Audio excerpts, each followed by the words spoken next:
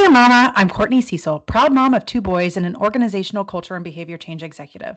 And I'm a believer in building a movement to help the burned out, overwhelmed working moms reclaim their control and free time so they can confidently remain in the workforce without losing their sanity or themselves. Now, let's get started. Hey, y'all. I'm your host, Courtney Cecil, and welcome back to the Life Management System.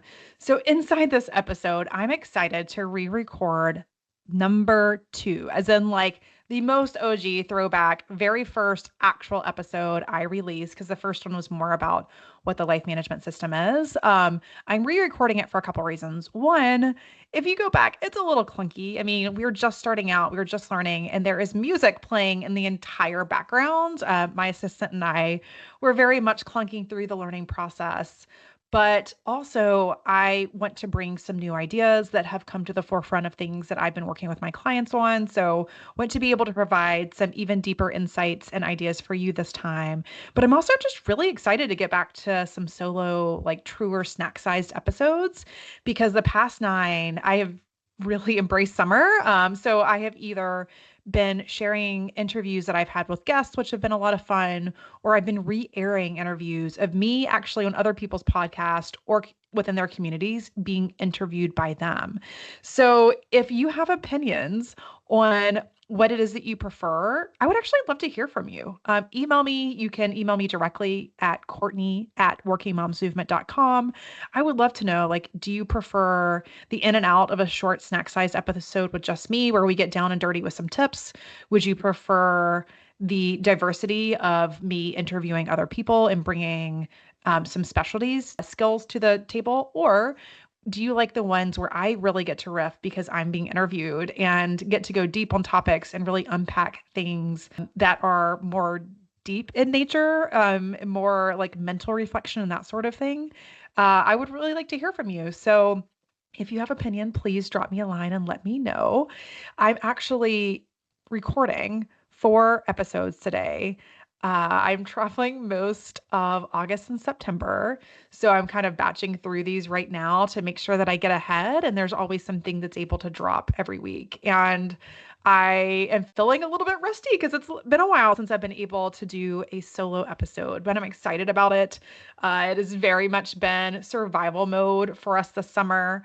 I'm super missing the bus. Like more than anything, I'm missing the bus because we don't live close to Charlotte proper. We have a Charlotte address. We live in a place called Mountain Island Lake for anybody that is local and is aware of it.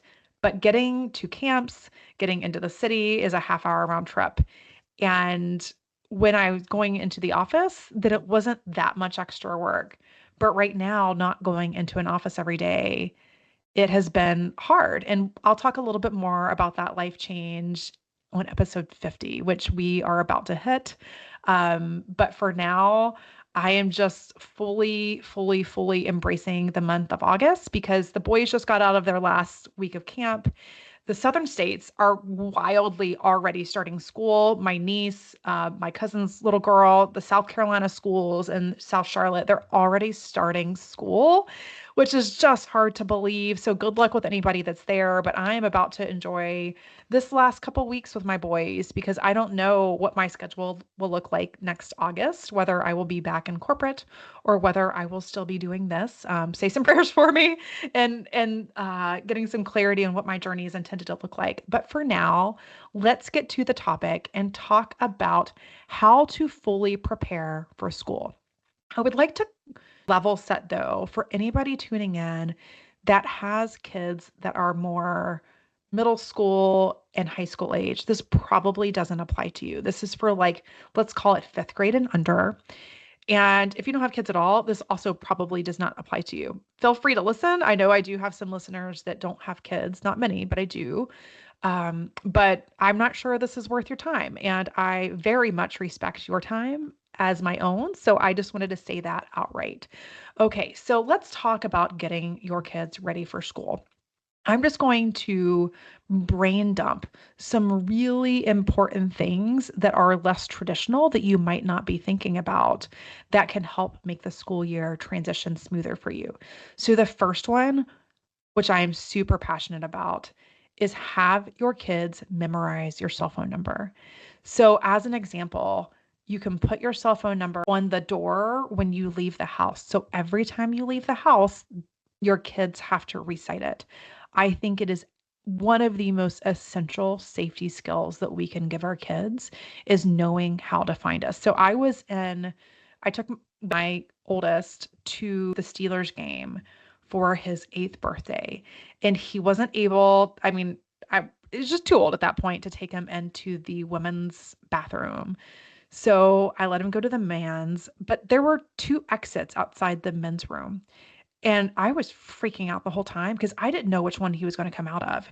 The Steelers were playing the Ravens, so anybody that is a AFC fan um, knows that that is a very big rivalry for us. So it was packed, and I was really freaking out because if I lost him, I wouldn't find him again.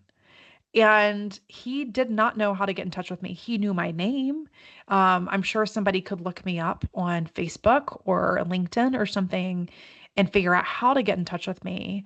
But if I lost him, I would have been hosed. So I am just so passionate about knowing your cell phone number as one of the most essential safety skills your kids can have. And that way, if there are ever any problems, if they ever get lost, they know exactly how to get in touch with you or to how to tell another adult to get in touch with you. The second thing is putting air tags in their shoes and book bags. There are clips for that you can put on their shoes. You can hide them in their soles so nobody else knows that they're wearing them. You can put them in your book bag so that way you always know where they are at any point in time, particularly if they're riding the bus and your bus app is inconsistent or something like that. That will give you peace of mind. And again, another safety tool. The next is putting your contact information in their book bag and making sure they know where to find it. So we were in London a couple years ago with the boys. My youngest Wyatt was 6. And I was just so nervous about losing him because his little feet did not keep up with the crowd. And like the London crowds were like just hustling. And I was so nervous that he would drop back and we would lose him. I mean, it sounds extreme, but it was that chaotic and that crowded. And I thought, wow, if we lose him, how would he find us? And it's not just like the memorizing the cell phone number, but also how would they know if we lost their bags, as an example, how to even get his stuff back to us or that sort of thing. Or how does he know how to tell somebody else where it is we live? And that was, of course, when they were a little bit younger. But I think putting your contact information in their book bag not only ensures that it will make its way back to you if it gets lost, but also gives your kids a sense of security and knowing exactly where home is if they are not old enough to actually have your address memorized yet. Basics, of course, label the clothes by week. That's something that you can do fairly easily. And I recommend also, while you're at it, actually lay out your clothes for the first week, particularly if you have girls. So you are having all of your drama on what the outfits look like on Sundays, not on weeknights. That will make it a lot easier. I think I can say this easier than I can actually knowing the reality for you as a parent because I don't have girls. And I know some can be very stubborn or strong willed, but to the degree you can force them to hold to whatever was laid out on Sunday, the more likely you are to actually make that system work for you. I mean, you might say, you might be hearing that you're laughing at me. You're like, Courtney, there's no way in heck that, that my daughter would ever not change her mind on a weekday.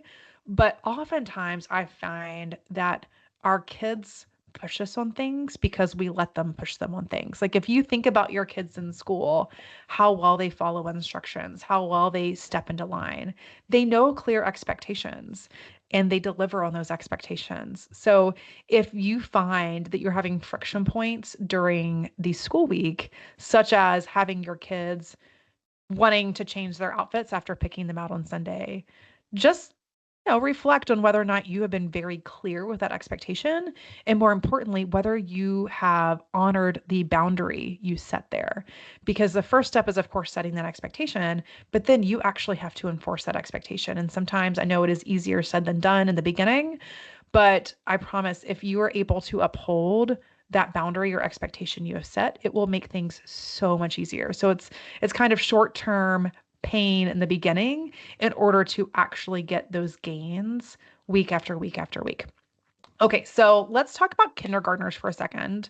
First of all, if you have been tuning in, you follow me on Instagram or something of that nature, you know I wrote a book. And that book is called Wally's First Day of School. I will link it in the show notes. You can get it at Amazon or Target or Barnes and Noble. And this book is really important to me because so often we put a lot of attention to what the kid is going through with school. And all of the books on the shelves talk about what the kid is going through and preparing them and making them excited and making them confident.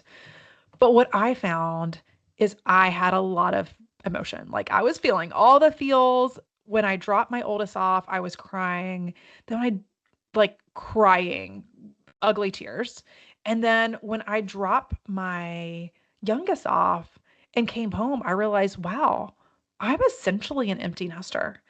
I went from having five of us at home, particularly during the pandemic when we were all home, but we had, it was my husband, my two boys. I worked from home. We had an au pair living with us for 5 years.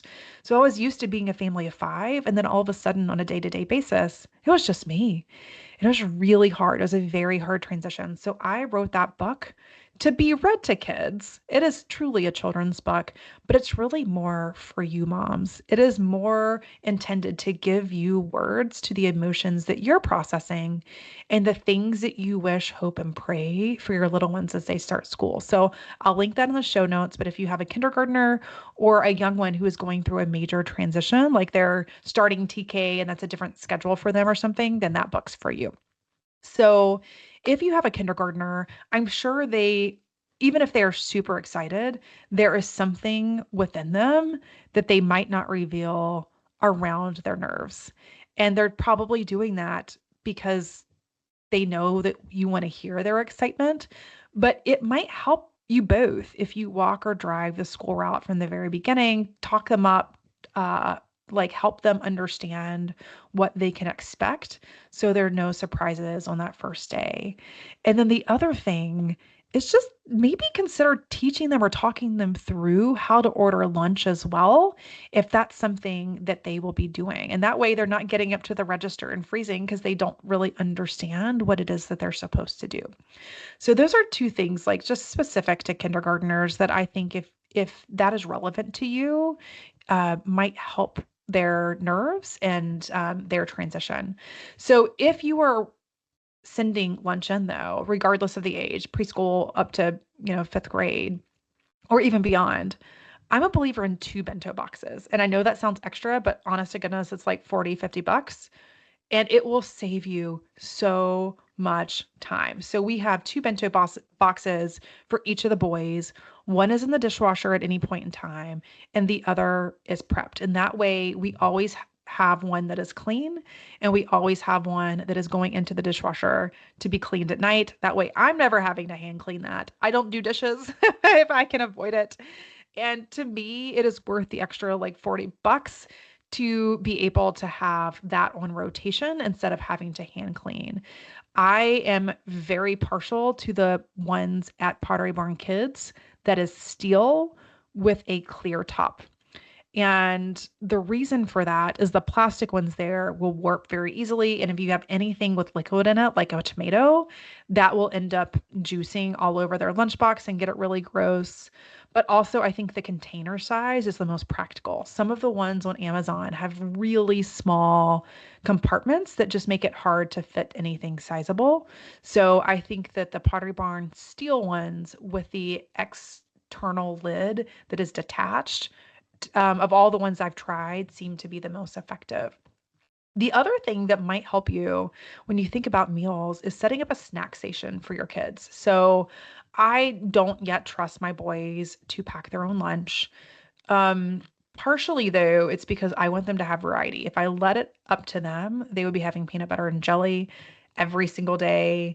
And I want them to have a little bit more nutrition than that, a little bit more variety. So it's something that is still important to me to own, or to my husband. Actually, that's something I delegate to him and he's responsible for. But the snacks are something that are very easy for kids to take on. So I just have a couple containers of a variety of snacks. They know they are allowed something that is a little bit more fun. Let's call it, goldfish. But then they also have to have something that is a little bit healthier, like a veggie pouch. So, or applesauce or something of that nature. So I found that that gives them autonomy. It gives them some sort of independence and responsibility over planning and helping, but also they get to look forward to whatever it is they're in the mood for. And I think that's pretty fantastic. And if you don't have enough ideas and you're also in the same spirit as me, where you're like, I cannot send peanut butter and jelly every day for the next 8, 9 months or whatever it is they're in school, I actually have a free download that you can get that I will link in the show notes. And that is, it shows different lunch ideas. So that way you're not waking up every single day and then putting that same tired meal in the lunchbox. So I will link that for you to be able to get it. Just grab it in the show notes. Okay, so then let's talk about the week because that's going to be a transition for you as well. So, um, a couple things that you can do there to help. The first, meal plan. And I've got a whole episode on that. I will link in the show notes as well. But the meal planning is one of the easiest ways that you're not scrambling in the evenings because that is going to make your life more stressful and as if it's not already stressful enough. So go ahead and listen to that episode if you haven't already on meal planning. I think it'll help a lot. I even do simple things like buying more socks and underwear so I don't have to worry about laundry.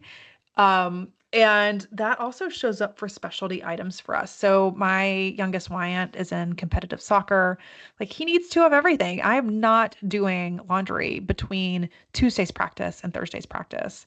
It's worth the $50 to just double up on something. And I don't throw money around lightly, but that is a sanity saver for sure.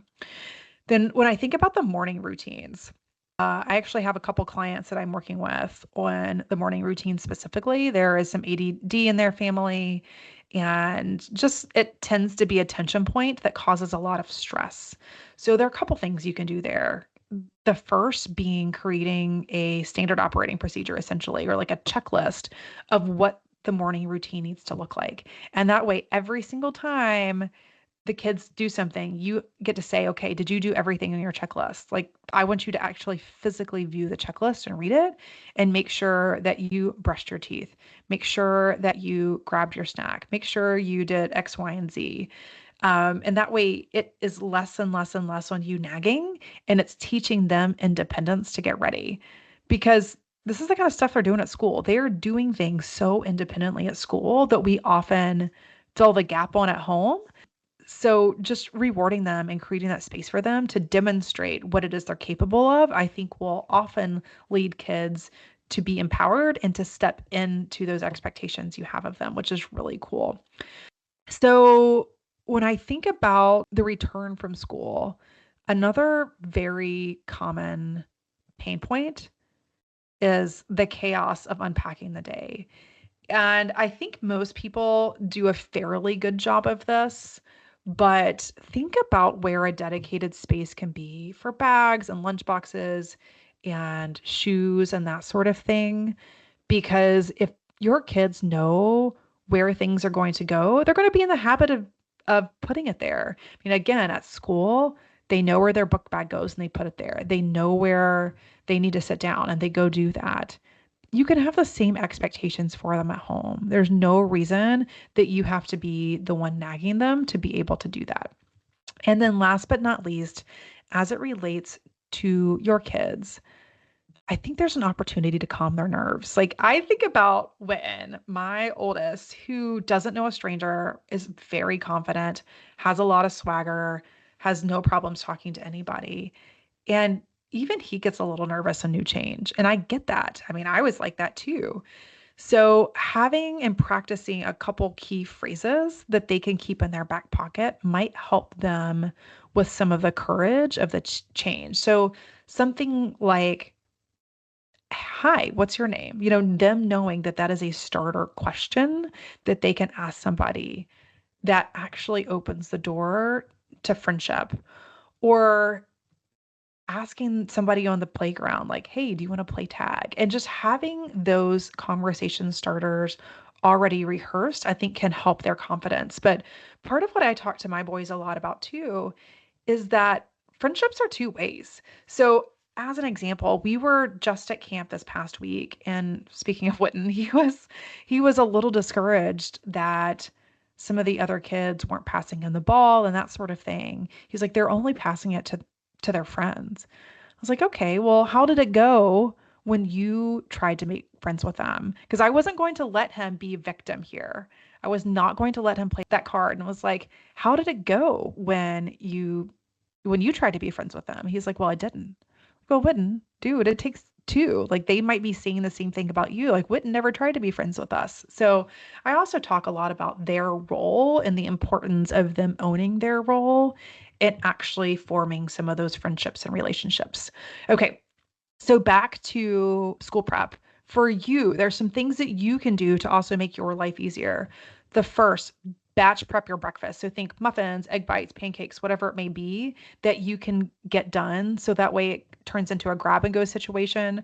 I don't prefer grab and go. I would love for the boys to be able to sit there and actually enjoy something and be able to slowly start their day. But let's be honest, it happens all the time. So having some pre-prepped breakfast items can make your mornings a lot easier. Okay, this is going to be a pep talk for you, mom, because we tend to be so selfless with our time, and I want you to think about anything before you say yes. So, for the love of everything, don't get suckered into volunteering for something that is not right for you. I want you practicing saying no now. So that way, when the PTA or the teacher says, hey, can you take on this role? You're able to say thanks and no thanks. And if that's something that's really hard for you, I encourage you to go back and listen to episode 4 and 5 on boundaries. They were so important. That topic is so important for working moms that I actually made it one of my very first episodes for a reason. Episodes 4 and 5 are around setting and establishing and honoring your boundaries. So, inside those episodes, I talk about ways that you can say no politely that feel right for you if that's something that you struggle with. And then the last thing for you to get ahead of it is to overlay the calendar schedule on yours, like the school calendar schedule. Make sure it is on your home calendar, make sure it is on your work calendar, particularly those days off where they're only half days and there's no reason that should be a surprise. Oh my gosh. And please, please, please go ahead and start planning your vacations. Like, those days, those long weekends are not going to be a surprise. I would love to see you taking care of them. Okay, so the last like really meaty thing for this before I wrap up is around using this as an opportunity to reset chores and screen time. The chores thing, I'm not even going to like get into any of those ideas. That could be a whole episode because they just change so dramatically by age. The only thing I would offer there, I had a dear friend, Kristen, who has kids a little bit older than mine. And she said, when my boys were really little and I was trying to give them chores, she said, whatever it is, Courtney, just make sure it's something that actually helps you. Like, don't choose a chore that is just a chore for chore's sakes. Like, think about things that actually make a difference for you. So for me, one of those chores in the very beginning days is I had my boys clean the dog hair off of the bar stools in her kitchen. We have a golden retriever. She sheds as much as you would expect. And the clumped dog hair that gets like dusted around those chairs is disgusting for me. It makes the house look really sloppy. I hate cleaning it up, but it's a really easy chore for a young kid to do. So that's an example of what I mean of when you think about the chores that you are going to fully give away to your kids and that you expect them to manage throughout the school year, think about things that make a difference for you, whatever age appropriate thing that is. The other big opportunity you have is to reset your expectations on screen time. It's the best time to do that because this really is a fresh start for everybody. And again, that's something else that dramatically changes from family to family because your needs are different. I have a lot of single moms in my life who have a need to leverage screens in a completely different way than somebody with like full-time care versus somebody whose kids are in full-time activities. It really just changes. So whatever you do, let that guilt go.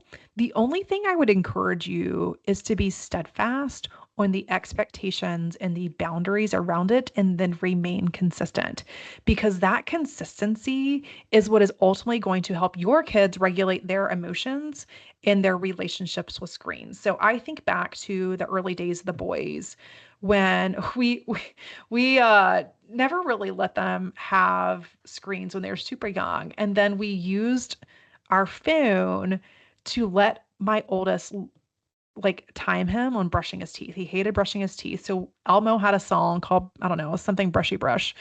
And it's actually kind of catchy. But we let him use the phone to help facilitate him brushing his teeth. Well, then that like completely spiraled out of control. So we cut off all weekday access to screens altogether, because then that kept wanting him to watch something else and watch something else.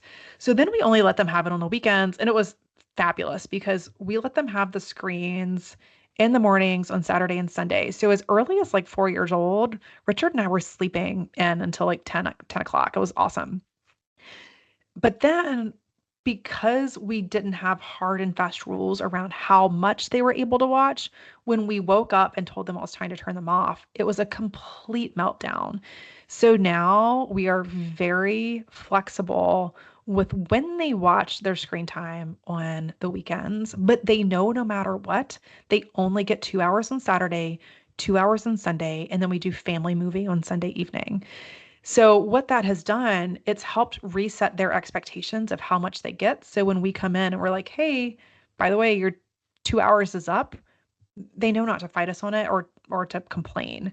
Um, Despite the fact that we let them watch it at any point in time, they normally always watch screens in the morning. Still works out for us because we're able to sleep in without them waking us up. But know too that most tablets, not all of them, but most of them have a timer on it. So if you want to institute something like that, know that you can actually set a timer to keep them from abusing it. So that is a wrap for this episode. Now that I'm looking at the timer, I realize it's not so snack sized after all. My bad. But there was just so much stuff that I wanted to be able to share that I think was super tactical to help you start your school year off as strong. So the next two episodes you can count to be on that theme as well, like helping prep and get you ready and in control in the school year. The first one, I will be talking about conducting a calendar audit on your personal calendar. The second one will be a calendar audit on your work calendar. Again, those are all in the interest of you being able to create time for your priorities, whatever they may be this school year. So until next time, friends, nobody's told you lately, you're doing a great job. You got this, mama. Hey friend, thanks for tuning in. Add the Life Management System podcast to your favorites so you don't miss my practical, snack-sized tips to help you manage the mental load and create a life that works for you. If we're not yet connected on Instagram, come say hi at Working Moms Movement for daily inspiration. And if this is your third or 10th time listening, it's time you bless the small business. Share this episode with another working mom in the thick of it and take 30 seconds to rate and review. It helps more than you know. And if you're ready to go from surviving to thriving and make your day-to-day actually sustainable, email me at Courtney@workingmomsmovement.com. Mention this podcast for 25% off my coaching services.